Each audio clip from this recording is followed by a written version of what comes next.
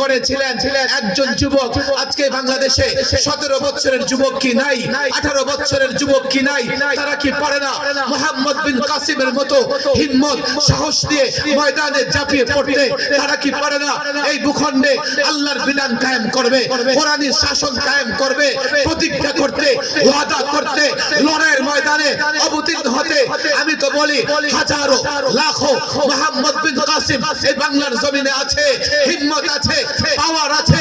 তাদেরকে যদি প্রস্তুত করা যায়, শুধু ঢাকায় নয়, বাংলার জমিনে নয়, এই যুবকেরা দিল্লির বুকে কসাইমতি হিন্দুত্ববাদ উগ্রবাদকে পরাজিত করে ইসলামের ঝান্ডা আবারও দিল্লিতে উড্ডীন করতে পারবে।